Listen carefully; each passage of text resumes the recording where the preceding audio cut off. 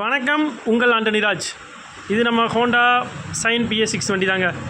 இந்த வண்டி வந்து என்னென்னா 5 கிலோமீட்டர் போகும். அடுத்த வண்டியிலேருந்து வண்டி வந்து ஸ்டார்ட் ஆகாது, ஆஃப் ஆயிரும். திரும்ப அது ஒரு 10 நிமிஷம் கழிச்சு வண்டி வந்து ஸ்டார்ட் ஆகுது.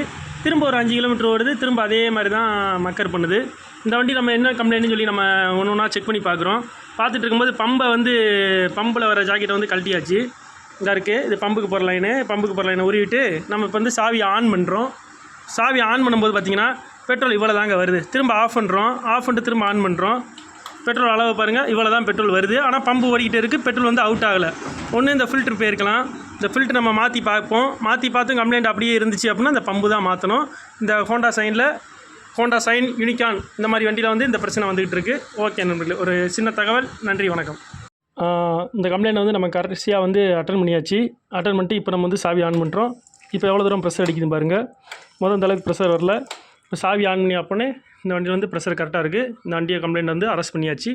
ஒரு சின்ன தகவல். நன்றி, வணக்கம்.